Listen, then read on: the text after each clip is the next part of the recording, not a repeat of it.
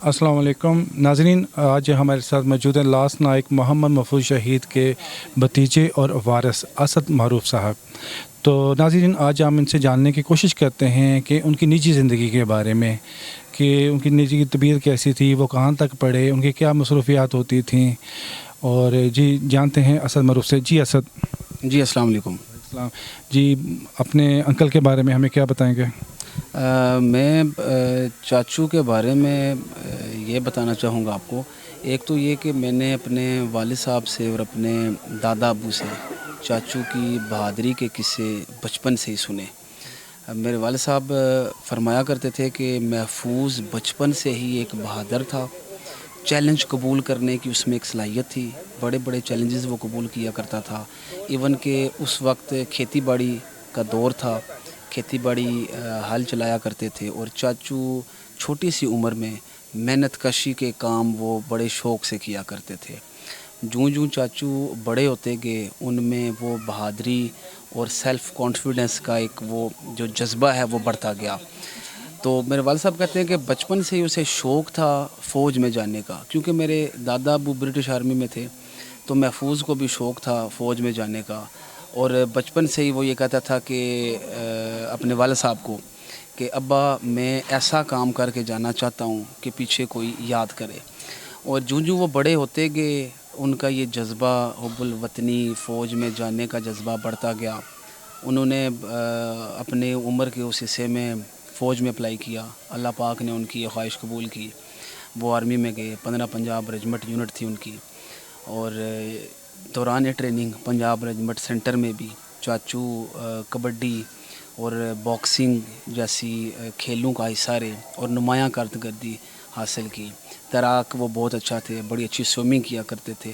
Punjab regiment centre में swimming competition में भी उन्होंने पार्टिसिपेट किया और नुमायाँ कारकर्दगी हासिल की।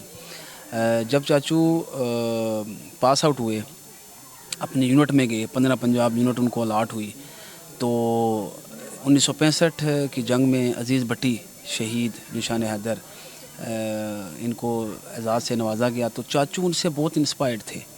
चाचू अक्सर ये कहा करते थे मेरे वालिद साहब को कि अल्लाह ज़िंदगी दे तो इज़्ज़त की और मौत दे तो शहादत की। और अल्लाह ने उनकी दुआ कबूल की, उनकी ख्वाहिश कबूल की। बड़ी दिलेरी से वो लड़े। उनकी जो 15 पंजाब शहादत के बाद जब डेड बॉडीज़ रिकवर करने गई जाए शहादत पे, तो वहाँ पे उस वक्त के जो इंडियन ऑफ़िसर थे कर्नल पुरी, उन्होंने चाचू की बहादुरी का एतराफ़ इन अल्फाज में किया कि मेरे अपने पूरी सर्विस में इस जैसा बहादुर और दलेर जवान नहीं देखा। इसमें कोई शक नहीं कि ये बहादुरी से लड़ा, और अगर ये इंडियन आर्मी का हिस्सा होता तो हम इसे इंडियन आर्मी के सबसे बड़े फ़ौजी एजाज़ के लिए पेश करते। तो वहाँ पे जो पाकिस्तानी ऑफ़िसर थे, उन्होंने कहा कि सर नो डाउट ये जवान हमारा बड़ी दिलेरी से लड़ा और इंशाल्लाह हम इसको अपना एजाज़ देंगे। तो ये चाचू की बहादुरी की दास्तान है। और मेरे वालिद साहब अक्सर ये कहा करते थे कि मौत पे उसका ईमान मुकर्रर था। वो हमेशा ये कहता था कि जो गोली मेरे लिए लिखी है वो मेरे अलावा किसी को लग नहीं सकती। तो इस तरह से चाचू की ज़िंदगी थी, एक बहादुर दलेराना। बच्चों से इंतहाई शफ़क़त थी उनकी, बुज़ुर्गों का वो बहुत एहतराम करते थे। और इवन कि अपने एज फ़ेलोज़ में भी कोई ऐसा बंदा जो उनकी एज से थोड़ा सा बड़ा होता, तो मोस्टली ऐसा होता है कि एज फ़ेलोज़ में इतनी कदर नहीं की जाती बड़े छोटे की, लेकिन चाचू उनमें भी, उनके जो दोस्त थे उनमें भी जो उम्र से बड़े थे, उनकी बेहद एहतराम, बेहद इज़्ज़त किया करते थे। सही, जैसा कि नाज़रीन आपने असद से सुना उनके बारे में, उनकी बहादुरी के बारे में, उनके अदब एहतराम के रिश्ते के बारे में, तो ये हमारे लिए एक मशले राह है जिसे हम अपना के अपने मुल्क का नाम रोशन कर सकते हैं। आज भी ऐसे बहादुर बेटों की इस मुल्क को ज़रूरत है। तो असद, आपकी फ़ैमिली से कोई और भी पाकिस्तान आर्मी में है? जी, हमारी माशाल्लाह से फ़ैमिली के बहुत सारे अफराद, मेरे कज़न हैं पाकिस्तान आर्मी में, मुसल्लह अफ़वाज में अपनी खिदमत सर अंजाम दे रहे हैं। मेरे बड़े भाई हैं, वो भी माशाल्लाह से लेफ्टिनेंट कर्नल हैं, वो भी इसी लाइन पे शहीद के मशअले राह पे चलते हुए उनको भी शौक़ हुआ कि वो आर्मी ज्वाइन करें। और अल्हम्दुलिल्लाह हम अपनी अपनी डोमेन में रहते हुए हम सारे डिफेंस फोर्सेस से किसी न किसी हवाले से मुंसलिक हैं और अपनी अपनी खिदमत सर अंजाम दे रहे हैं इस मुल्क की तरक्की, इस मुल्क की बका की खातिर। تو ناظرین میں آپ کو ایک اور بات سے بھی بتاتا چلوں کہ اس خطے کو ایک منفرد اعزاز حاصل ہے کہ یہاں پہ ہر گاؤں میں کافی تعداد میں شہداء موجود ہیں، جو کہ نشان حیدر محمد محفوظ شہید کی شہادت کے بعد جو شوق ہے یہاں پہ شہادت کا وہ بڑھتا رہا اور جو آج تک رکا نہیں ہے، مسلسل بڑھ رہا ہے۔ تو اسد سے ابھی اختتام میں پوچھیں گے کہ ان کی زندگی کے بارے میں، وہ کہاں تک پڑھے تھے اور ان کی نجی زندگی میں اور کون کون تھا؟ جی اسد۔ چاچو مڈل پاس تھے۔ مڈل پاس ہونے کے بعد نارملی اس وقت کے تہوار کے مطابق انہوں نے والد صاحب کے جو کھیل تھا، میرے والد صاحب اپنے وقت میں کھیل کھیلا کرتے تھے کبڈی کا، وہ اس کے شوقین تھے اور کھیتی باڑی میں زیادہ ان کی دلچسپی تھی۔